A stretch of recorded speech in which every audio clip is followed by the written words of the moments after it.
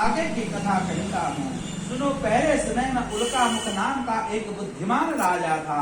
वह सत्य वक्ता व जितेंद्रिय था। प्रतिदिन देव स्थानों पर जाता तथा गरीबों को धन देकर उनके कष्ट दूर करता था। उसकी पत्नी कमल के समान मुख वाली सती स्वाध्वी थी। भद्रशिला नदी के तट पर उन दोनों ने श्री सत्यनारायण भगवान का व्रत किया। उस समय वहाँ एक साधु वैश्य आया। उसके पास व्यापार के लिए बहुत सा धन था।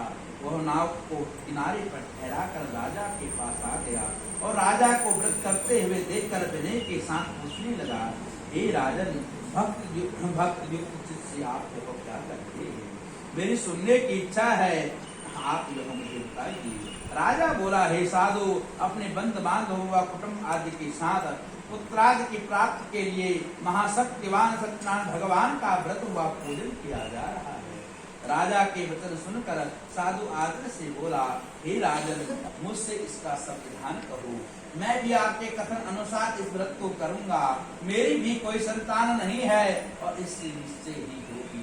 राजा से सब विधान सुनकर व्यापार से निवृत्त होकर आनंद के साथ घर गया। साधु ने अपनी स्त्री से संतान देने वाले उस व्रत का समाचार सुनाया और कहा, जब मेरी संतान होगी तब मैं इस व्रत को करूंगा। साधु ने ऐसे वचन अपनी स्त्री लीलावती से कहे।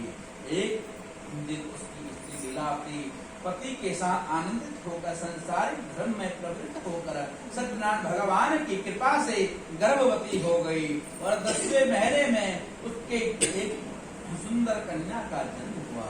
वह कन्या दिनों दिन इस तरह बढ़ने लगी जैसे शुक्ल पक्ष में चंद्रमा बढ़ता है।